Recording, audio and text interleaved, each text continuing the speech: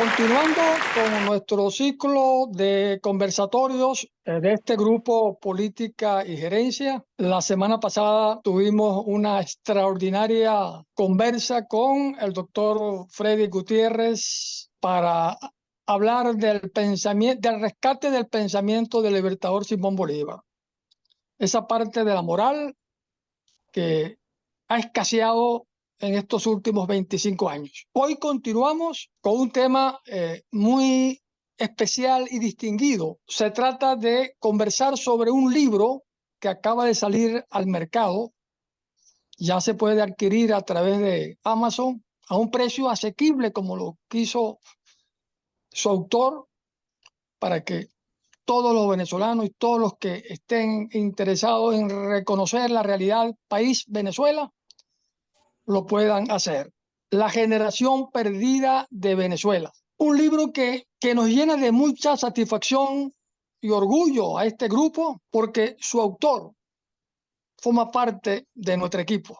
Él es el economista Carlos Ochoa, egresado de nuestra Universidad Central de Venezuela, quien ha pasado por una experiencia muy interesante, vinculada siempre al estudio y a la investigación de la macroeconomía país. Estuvo en la Oficina Nacional de Estadísticas, pasó por la Corporación Venezolana de Guayana, con sede en Caracas, en el área de la gerencia estratégica económica, también en la empresa privada, en el Banco Mercantil, coordinando esas investigaciones económicas y sus publicaciones. Un articulista que no ha parado de profundizar en la investigación macroeconómica. El año pasado, a final del año pasado, recibió un premio entre uno de los 3 mejores artículos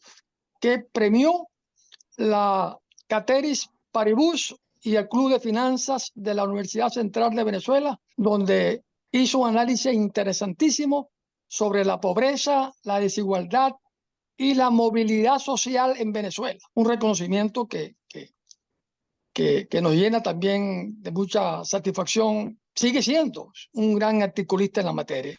Se trata de un tema que sin duda refleja el efecto de una crisis catastrófica, quizás la historia mundial de la economía, de las economías y de los gobiernos, y que andaba lento, pero venía en el camino correcto. Hoy es un país en ruina porque se arruinó la industria petrolera, que era la llamada gallinita de los huevos de oro, la industria siderúrgica, el aluminio, la del hierro. Más del 90% de la sociedad venezolana es pobre. Después de que éramos mayoritariamente clase media, desapareció la clase media y pasó a ser casi toda la sociedad pobre. Incluso el 52% pobreza crítica, según los estudios últimos de la Universidad Católica Andrés Bello. Y el otro dato interesantísimo, para darle la palabra a nuestro expositor de hoy, como le decía el doctor Freddy Gutiérrez la vez pasada, casi 9 millones de venezolanos hemos emigrado a distintos países del mundo. Y sobre esa materia es lo que hoy queremos conversar con el autor de ese libro tan prodigioso y tan oportuno que ha escrito nuestro apreciado amigo Carlos Ochoa. Buenos días, amigo Carlos. Adelante. Muchas gracias, René. Estimados, estimado Julián y Edwin. El título, La generación perdida de Venezuela, vamos a verlo primero en su concepto, generación y perdida. La generación en su concepto es un grupo familiar con una duración promedio entre 20 y 30 años, que es el concepto que utiliza la OCDE, la Corporación de Desarrollo Económico de Naciones Unidas.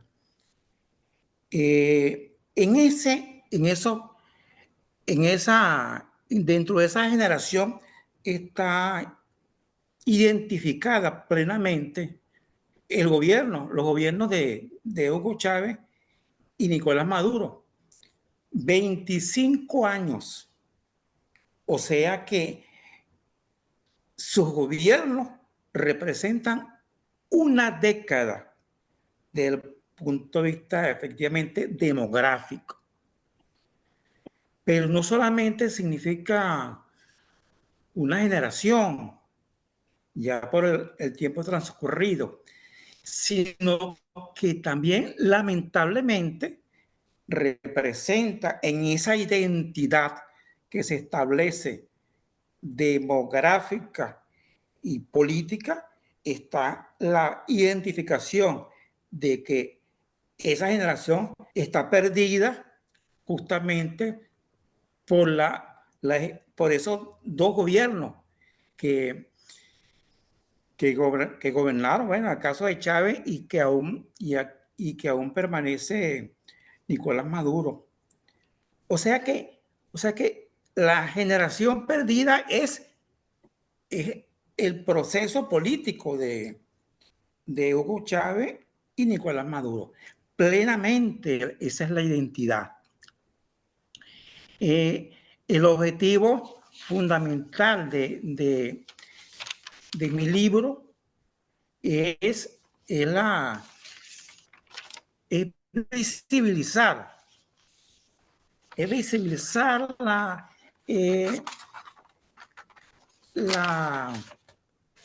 ese proceso político, es ese análisis social y económico inédito en América Latina y en el mundo por los cambios estructurales que comprometen la vida cotidiana y el bienestar futuro de la población en el mediano y largo plazo.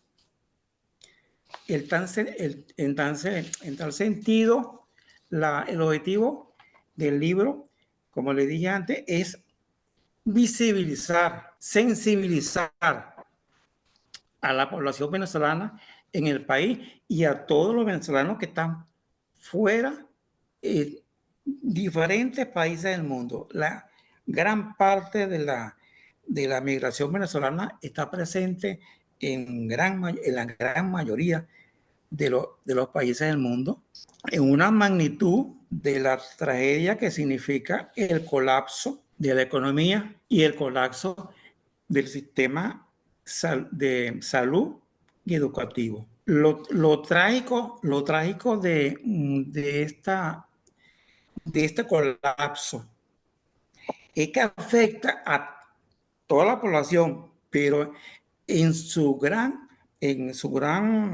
mayor impacto es en la generación de relevo, en los niños, niñas y adolescentes.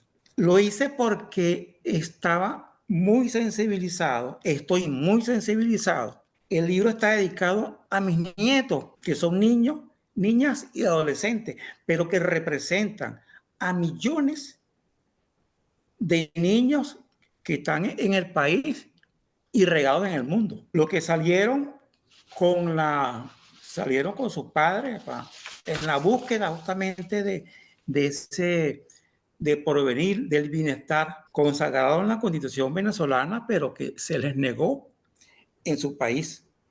Le fue negado ese futuro. La mayor expresión de ese colapso, de esos dos gobiernos, esos 25 años, lo nefasto se expresa en la inmigración de la población, que ha sufrido las consecuencias que lo he definido perdida, porque las posibilidades de recuperación no es fácil que se recuperen esa población. Y en muchos factores y muchos aspectos va a ser irreversible la recuperación aquí lo importante también es que esta dimensión yo la he puesto en en dos ámbitos, en el ámbito externo, que es la inmigración, y el ámbito interno, que es la población, esa generación de relevo primaria entre 0 y 14 años, y la de 15 a 29, 30 años, que es la parte de los niños adolescentes y los jóvenes, que entonces están en ese grupo etario hasta los 29, 30 años. Hay una particularidad de que en ambos, en el ámbito externo de la inmigración y en el ámbito interno, hay una población perdida literalmente, que no se va a poder recuperar porque simplemente desaparecieron. De los niños que han fallecido en el tránsito de esa búsqueda de bienestar, atravesando la selva del Darién, el río Grande, el que divide México con Estados Unidos. Allí se han quedado esos niños, han fallecido, murieron, no se puede recuperar esos niños. Y lo más trágico todavía, adicional a eso, que es que han reportado los organismos internacionales que esos niños, que muchos niños viajan solos. Hasta en la actualidad, los reportes de los últimos 4 años, la gran mayoría de los inmigrantes que pasan ese tránsito terrible de Colombia a Panamá a través de la selva del Darién, de varias nacionalidades, de América Latina y también de Asia y de África. Pero la mayor proporción de esos niños son venezolanos. Todavía buena parte de esos niños, el último reporte que escuché hace una semana, todavía hay estadísticas sobre eso. Y lo pronóstico es que en lo que queda de año va a aumentar la cifra y va a superar a la que se registró en todo el año pasado.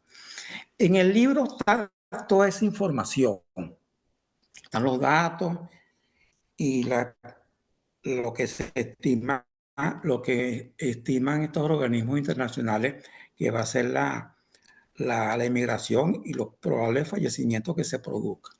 En el país hay una dimensión que yo la he llamado una dimensión interna de la pérdida, que es justamente con el sistema asociado al sistema de salud, al colapso del sistema de salud. Allí tenemos la expresión de la pérdida de esa población joven, la pérdida absoluta por el colapso del sistema de salud. Pero también hay una pérdida relativa cuando nos referimos al colapso del sistema educativo, que pasó de convertirse en un sistema de inclusión social y laboral.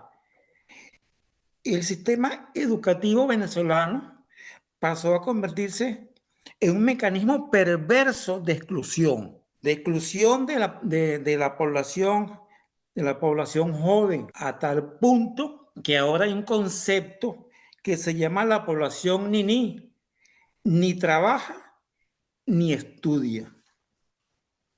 En América Latina, en el libro hay un gráfico justamente donde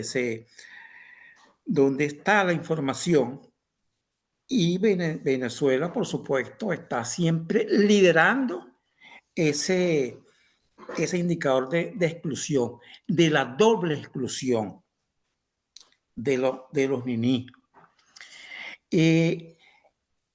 También en el sistema educativo se da el otro indicador que asociado a la exclusión, que es la reducción en la cobertura escolar, de la escolaridad ha bajado. El índice de escolaridad ha bajado en los últimos años, a tal punto que el deterioro del sistema educativo ha llegado a tal punto que ya los niños, los muchachos de sexto grado, que terminan sexto grado, también su bachillerato, no tienen acceso a la universidad. La última prueba que hizo la Católica a los muchachos de secundaria salieron raspados todos. Dificultad para leer bien, para la comprensión, para el análisis, para el manejo de computadores, de investigación. Eso es lo que se denomina analfabetismo funcional. Sin embargo, eso en el sector, en la educación pública, porque en la educación privada, por supuesto, allí están haciendo un esfuerzo dentro de ese contexto de crisis. La educación privada está haciendo los esfuerzos para impartir una educación como corresponde, como la que siempre ha existido, la que existió en Venezuela. En el caso del sistema educativo de profesores, de maestros y profesores, hubo una emigración ética. ¿Por qué? Porque el gobierno ha insistido y lo ha hecho en buena medida de imponer un currículum socialista, al modelo de la educación cubana, donde no se permite el pensamiento crítico universal. Han eliminado de 8 materias que eran las materias tradicionales, quedaron 8 materias. Eliminaron todas las que tienen que ver con las materias administrativas, por aquello que son materias de mercado capitalista, pero han sido sustituidas por materias que adoctrinan a los muchachos. El colapso del sistema de salud, al igual que el de educación, viene desde 2002, 2004, se ha ido intensificando. En el libro hay un gráfico contundente donde relaciono los ingresos obtenidos en la época, entre el 2006 y 2014, el país recibió los mayores ingresos de la historia. 71.800 en promedio recibió el país entre 2006 y 2014.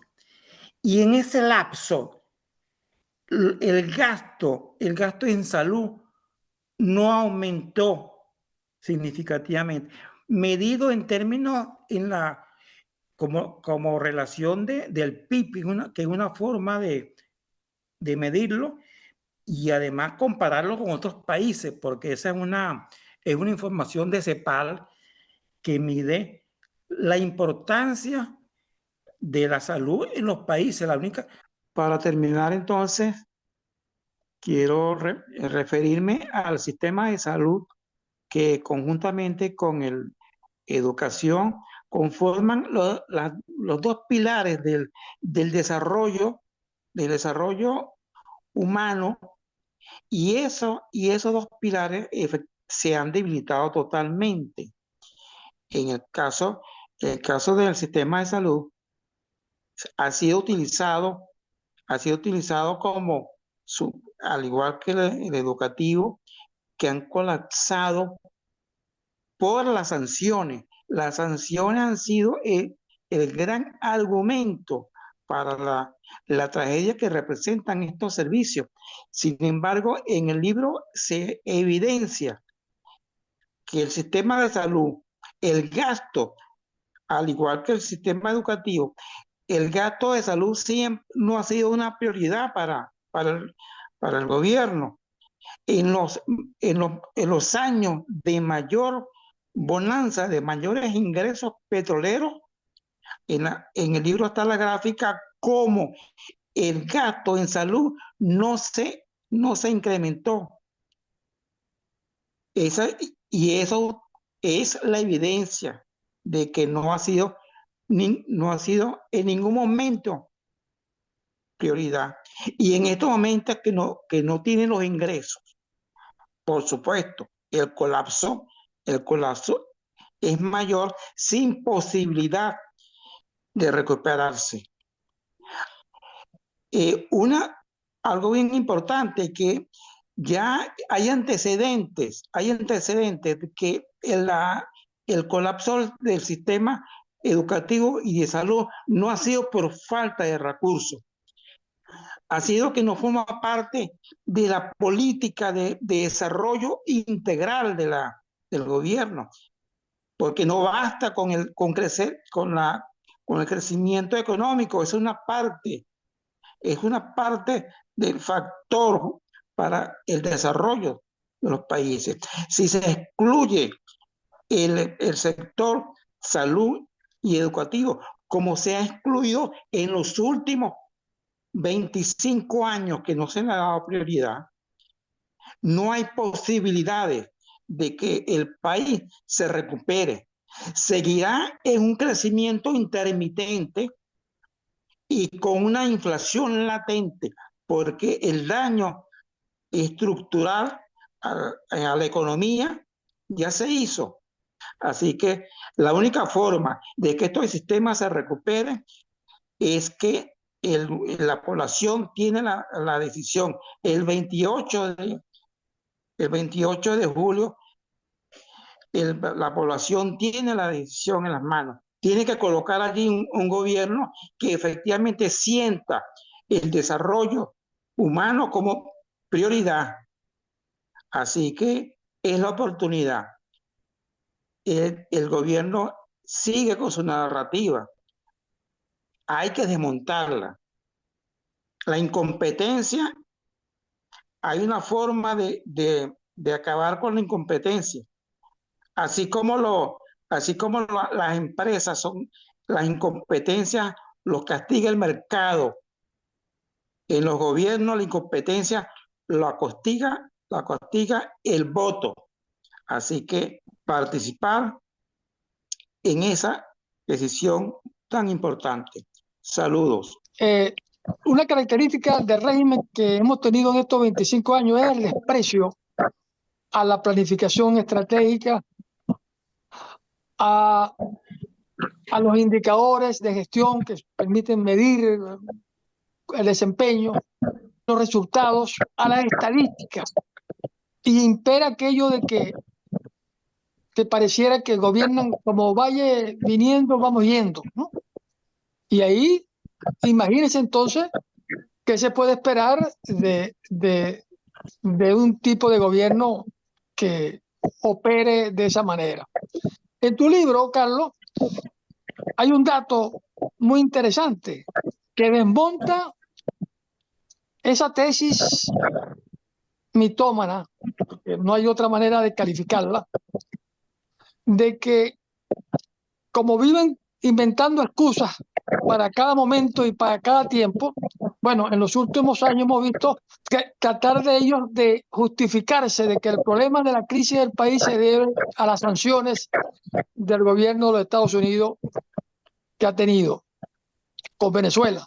Pero en tu libro, tú hablas con información muy diáfana allí, de que entre el 2006 y el 2014 al erario público debió haber llegado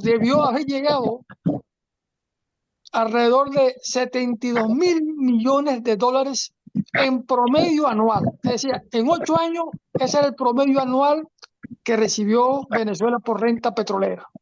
Correcto.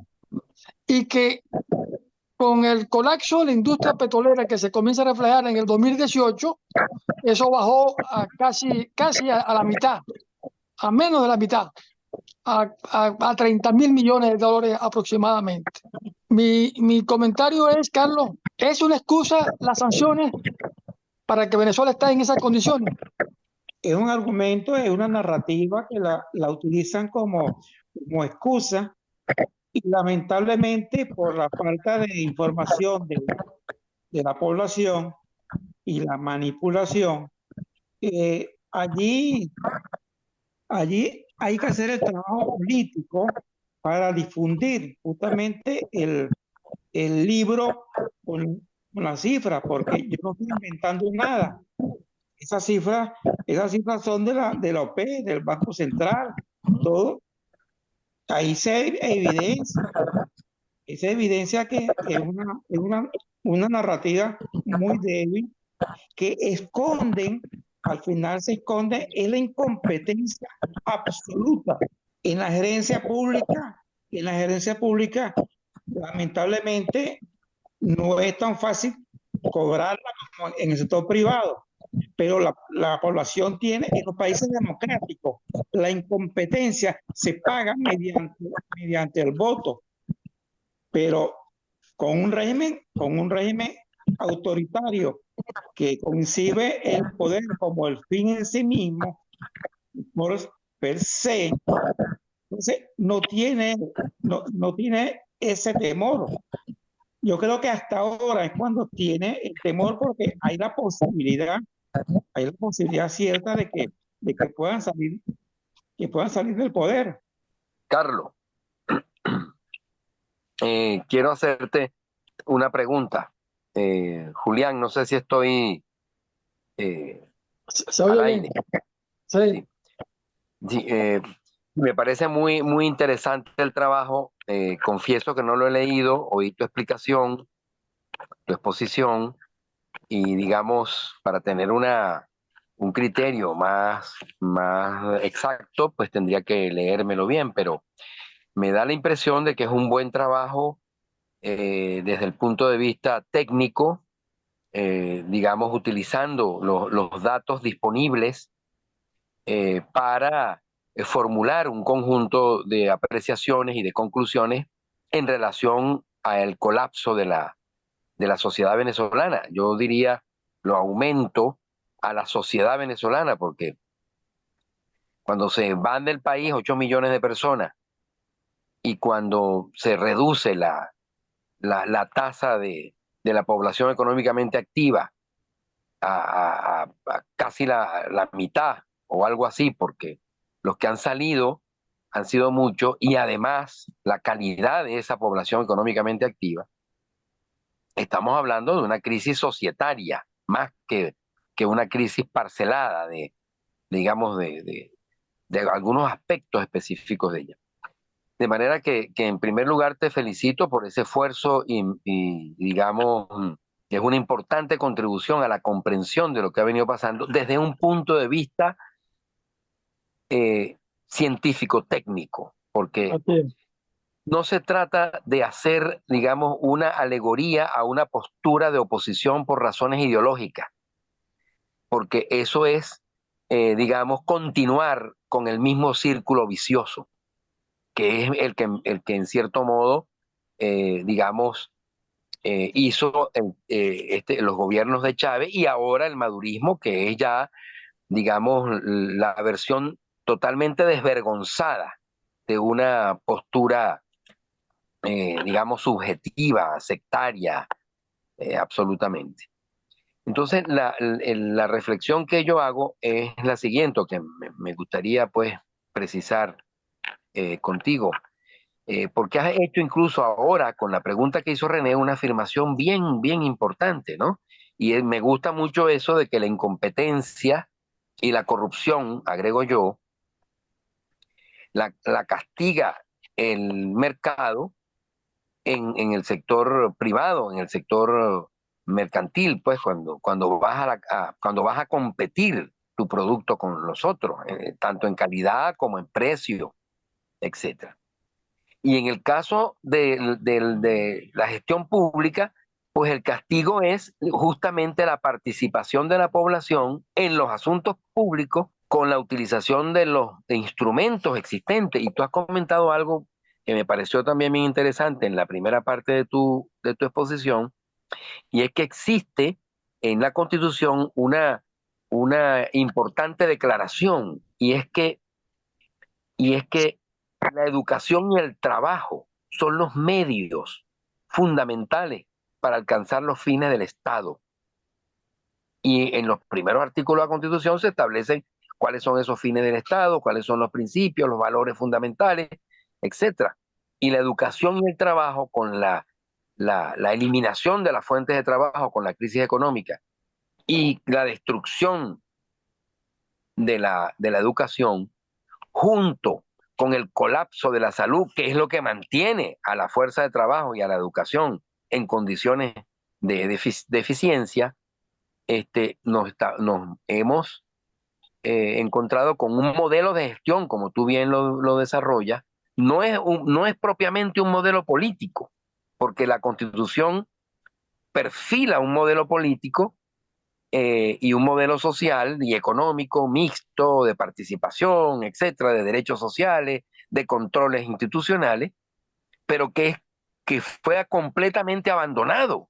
Incluso no solamente abandonado, sino pisoteado, voy a utilizar esa expresión y dispénsemela, por parte de quienes justamente se abanderan de esa Constitución. O sea que estamos en presencia de un acto de falsificación tan grande de la política y de la cultura en la sociedad por parte de esta gente, que creo que están cifradas las esperanzas, además en un nuevo gobierno, en un gobierno que sea capaz de comprometerse, como tú has dicho, con esos valores y esos principios constitucionales que están plasmados en esa Constitución y que vienen de la Constitución del 61, muchos de ellos, casi el 80% de la Constitución del 99 está cifrado en la Constitución del 61, y que creo yo pues que representa en cierto modo como la esperanza, no solamente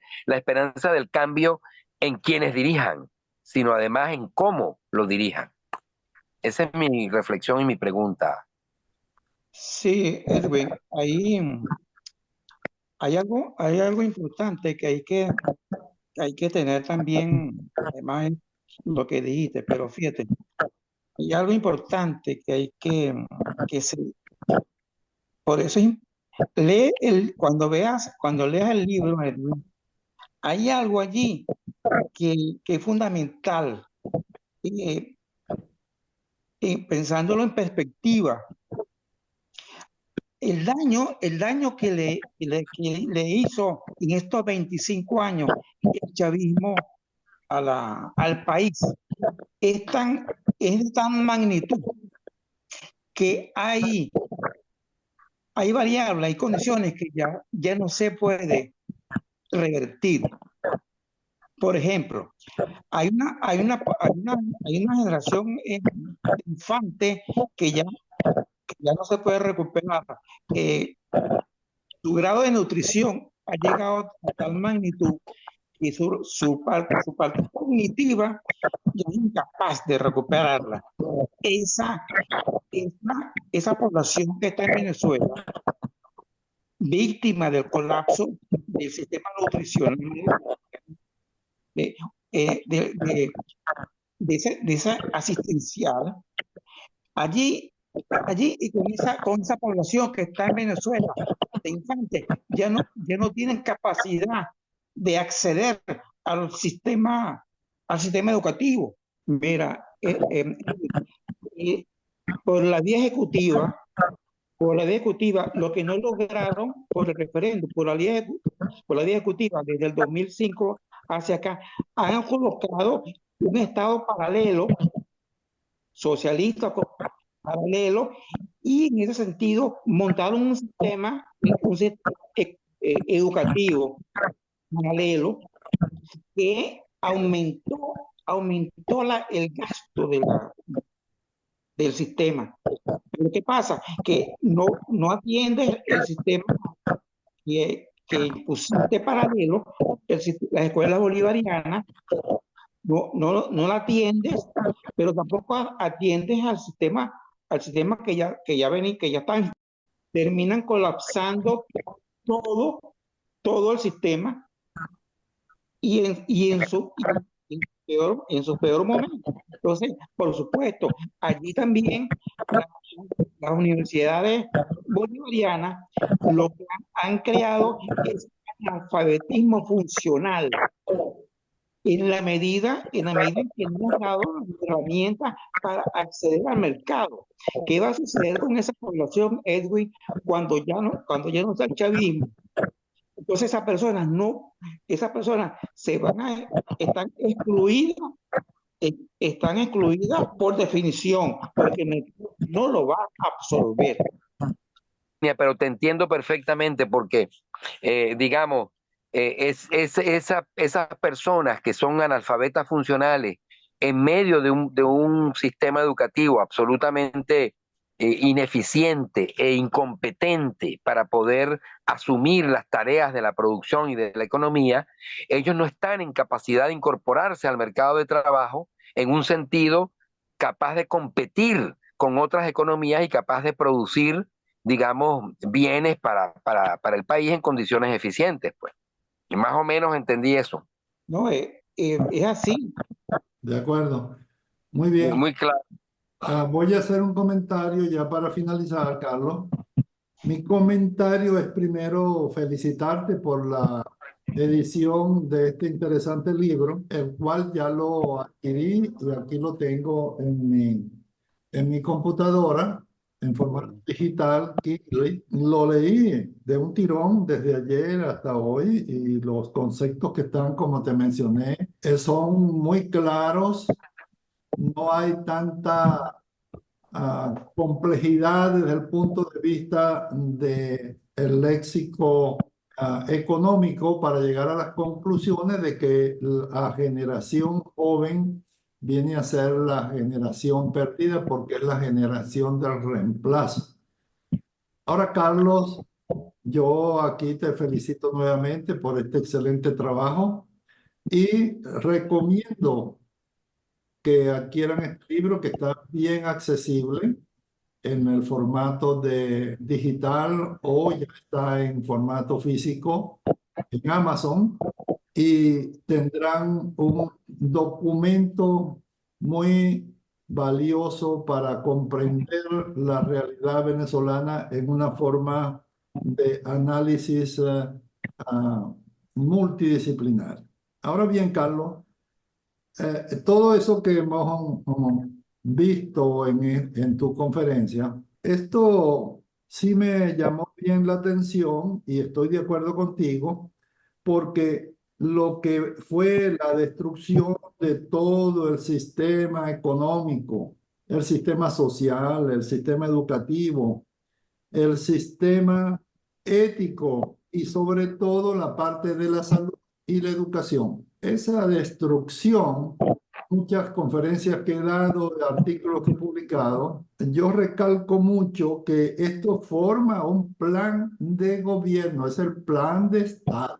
Por eso es que todavía veo por ahí muchos comentarios donde dicen que lo que pasa es que pusieron ahí a la gente más incompetente, que no pusieron gente buena a trabajar eso, pero lo que hay que tener en cuenta es que ellos han sido muy eficientes en su plan. ¿Y cuál fue el plan? El plan era destruir al Estado tanto desde el punto de vista político como económico. El plan, como dijo Chávez, cuando se apoderó desde el punto político de PDVSA para que dejara de ser una empresa estatal manejada con criterio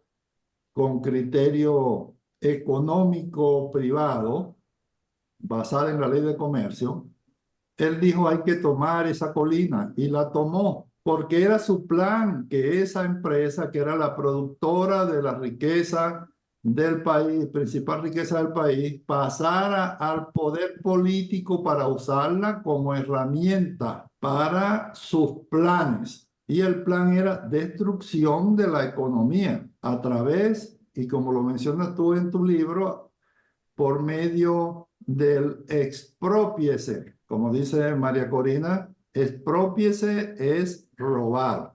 Es decir, el Estado le roba a los propietarios sus empresas y sus propiedades a los privados. El otro plan de destrucción es la destrucción de todo el aparato productivo, industrial, del aparato educativo. Cuando uno ve que las hordas del gobierno se meten en la Universidad de Oriente, por ejemplo, que da lástima, en el núcleo de Sucre y destruyen todo, hasta la infraestructura. En el núcleo del Agudo de Monagas, de Bolívar, en la Universidad del Zulia, cuando destruyen esa planta física que acaba con las puertas, con las paredes, con todo, lo dejan como bombardeado. Eso es plan del Estado, de destruir la educación. Cuando los hospitales están colapsados, que es preferible no ir a un hospital y morirse en su casa, porque si es que ya tienen los insumos, el gran peligro es que ya no te mueras por falta de la operación, es que te mueras porque te infectas dentro del propio hospital, porque es parte del gobierno, del plan de Estado de destruir la salud. Y así cosas por el estilo. Cuando se hace que la corrupción es como un valor, en vez de un antivalor, es plan del Estado de que sea un Estado corrupto. Porque no es que uno lo está inventando, es que ellos lo dicen, los dirigentes de esta mal llamada revolución, en muchas oportunidades se lo manifestaron y lo dijeron con claridad. No conviene que una persona vaya a la clase media porque después se convierten en opositores. Más bien que se ponga bien pobre, porque el plan, toda la población se convierta en pobres, como todos los profesionales que actualmente están jubilados, o profesores que dan clases en las universidades, o médicos que trabajan para el gobierno, que están bien pobres comparados con la pobreza en otros países. Entonces, es un plan de Estado, y yo lo reitero acá. Es un plan de Estado de distribuir la pobreza hacia toda la población. Pero lo que yo veo es como que se les pasó la mano. Exactamente. Bien como que se vayan convirtiendo en pobres, pero es que llegó al 93% de pobreza extrema de la población. Eso ni Haití lo tiene, ni los países más pobres de África lo tienen. Es que se les pasó la mano en ese sentido. Y cuando se les pasa la mano y se concibe un liderazgo ya de una oposición unificada, y además, yo lo reitero aquí, se lo comenté al padre Arturo en la conferencia pasada, que es que en verdad yo creo como hombre de fe, que la fe se ha esparcido por toda Venezuela, y la esperanza también. Es como que cuando se le pide a nuestro Señor que cubra con su manto a Venezuela y la proteja y le aumente la fe y la esperanza, eso ha ocurrido. Eso es lo que está ocurriendo, algo sobrenatural.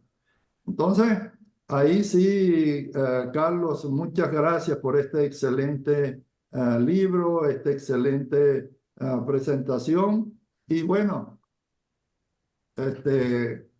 quisiera tu última mensaje de despedida, bien sea con respecto a este comentario, y también con respecto a la finalización de este conversatorio. Adelante, Carlos. Sí, Julián, allí lo que tú planteas de que ha sido un plan fríamente calculado. Por supuesto, Julián, en la medida en que aumente la pobreza, es más fácil aumentar la dependencia, las bolsas clave, muchos mecanismos, y eso es un instrumento de dominación. Empobrecer es un instrumento de dominación, pero efectivamente, también como tú comentas, se le pasa la mano y se le puede revertir el proceso, porque ya el daño no solamente lo está haciendo Venezuela, en tanto que aumenta la tasa de mortalidad infantil y la mortalidad total en general, sino que tiene esa práctica, ese modelo de destrucción que tú planteas, está haciendo un daño geopolítico, porque está afectando a los países vecinos, como Colombia, Brasil, donde ellos han asumido el costo de los migrantes. Y ya hay un problema allí para estos presidentes, que representa un problema que no solamente para los países vecinos, sino mucho más allá. Entonces se ha propagado, el daño se ha propagado, y en ese sentido, Julián, creo que no solamente es la población venezolana que está cerrando filas, con algunas excepciones, porque hay todavía opositores allí que están jugando un papel diferente. Muy bien, gracias Carlos. Gracias a todos por estar con nosotros en este video. Gracias a ustedes. Y bueno, espero que con esto sembremos nuestro grano de arena de difundir conciencia en la ciudadanía venezolana para que este desastre no se repita. Gracias. Gracias a ustedes. Chao.